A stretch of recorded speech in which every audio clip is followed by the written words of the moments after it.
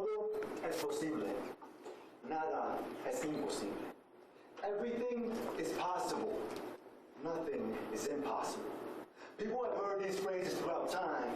Maybe not in Spanish, but we've all heard them in different forms. But the message always stays the same. Whether it is anything is possible, or if you put your mind to it, you can do it. Or even, no dream is too big. But maybe we've heard these words a bit too much. Because to us, now, they're just words. The meaning that these words carry has escaped our minds. That meaning that tells us that we can achieve anything we want to in life. The meaning that tells us that if we have a goal, that someday, somehow, it will come true. That meaning that tells us not to be afraid to dream beyond the expectations of others. Every day, people give up on their dreams and their hopes in life. But why? What type of message are we sending those that surround us? That we're not good enough? That maybe we're dreaming too much and not actually living life? Author Neil Peart once said that life is just a candle, and the dream must have a flame. You see, what people don't understand is that life is composed of dreams. Think about it. Our society today would not be the same if it were not for those that pursued their dreams and achieved them. Benjamin Franklin, all he wanted to do was become a talented man. So, he taught himself how to play the guitar, the violin, the harp. He taught himself how to speak Spanish, Italian, German, French, Latin. He even ran his own printing press. But let's not forget about this one. Benjamin Franklin believed that anybody could achieve anything they wanted to in this country if they worked hard for it. Today, that is known as the American dream. Elizabeth Stanton, her dream for women to have the right to vote. She began in 1848. 72 years later, her dream came true. Martin Luther King Jr. We all know history. All he wanted was for men and women of different skin colors to get along. For black men and women and white men and women to be able to be treated as one. Maybe MLK's dream did not come true when he was alive. But in the end, it didn't matter. Because it still happened. And yes, people will still say that these dreams made a huge impact. And the people who achieved them were already famous. And that their dreams are nowhere near as large. But studies conducted by Dr. Carson Roach, a psychologist from Concordia University, state that people who pursue their goals and set goals and dreams in their life, no matter how big or how small your dream is, it will create happiness in your life. But the fact is that our dreams don't have to be grand to become great. Think about that mother. With 5 children, no husband, and works day and night to achieve her dream. Her dream of putting food on the table every day. Her dream of keeping a roof over the head of her 5 children. Her dream of maybe one day, just one day, being able to see every single one of her 5 children walk across that stage, receiving a college degree. You see, these dreams, they're not always about becoming rich or famous.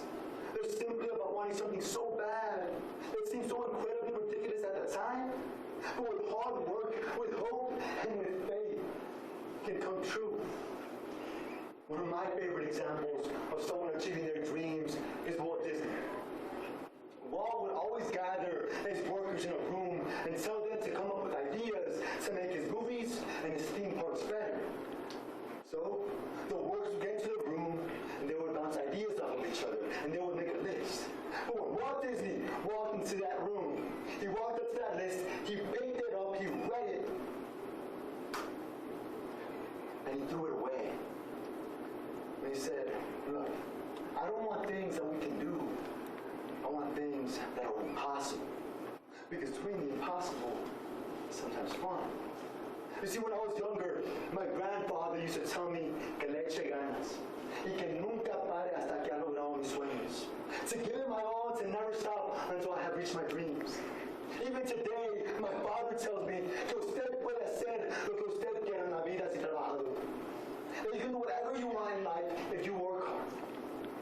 Pagano, head coach of the Indianapolis Colts, once told his players, you, under circumstances, refuse to live under circumstances. And you decided as a team and as a family to live in a vision. This was his first game back from his treatment of cancer after a huge win and an inspirational comeback. You see, the problem with us today is that we are living under circumstances. The problem is that we are living under the limited capacity that society has for us and our dreams. And there's one way that we can fix this, by doing exactly what Coach Pagano said, by living in a vision. And there's only one way that all of you can do that, by daring to dream, by acting upon that dream, by releasing the criticism from those circumstances, because believe me, there will be criticism. And by letting your dream be known to the world. Studies conducted by Dr. Gail Matthews, a professor of psychology from the Dominican University of California, found that people who wrote down their dreams and then shared it with their families, their friends, and their peers increased their chances of becoming successful in their dreams by 33%. Now don't get me wrong, I'm not trying to tell you that if you're going to achieve these dreams, that you have to leave everything else that you care for in your life behind. No. You have to keep those connections. You have to keep those feelings, like happiness. Research conducted by the University of Chicago found that people who pursued their dreams for both the achievements and the enjoyment of the process were more successful in achieving their dream than those that pursued it for the end result itself. Now, it still amazes me how people can tell others that their dreams can't come true, that what they're looking for is impossible to find. Don't ever let anybody tell you that your dream is not good enough, or that you're not good enough for your dream. I refuse to believe those that tell me that what my grandfather told me as a child is false. I refuse to believe those that tell me that what my father told me about achieving my dreams is false. Whether you want to become an athlete, a politician, a model, a cook, a dentist, hell, you want to become a ballerina or a cowboy, you can do it. You can do it. Research has found that when nearing the end of their lives, it's the dreams they do not pursue that people regret the most. And we as Americans have it better than so many other people, because we live in a place like none other on this earth, in a place that allows us to have the freedom of speech, in a place that allows us to think what we want to think, in a place that allows us to dream, and better yet, in a place that allows us to make those dreams come true.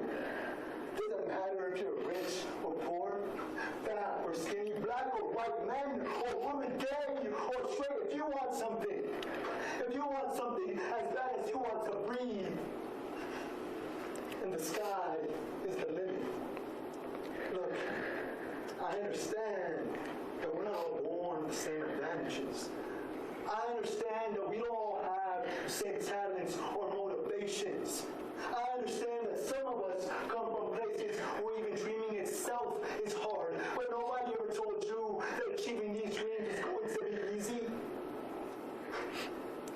But you know what they did tell you? You know what they are telling you? Is that they're possible. That your dreams are possible. Chris Gardner once told his son in the film The Pursuit of Happiness, people can't do something themselves. They try to tell you, you can do it. You want something? Go get it. Because everything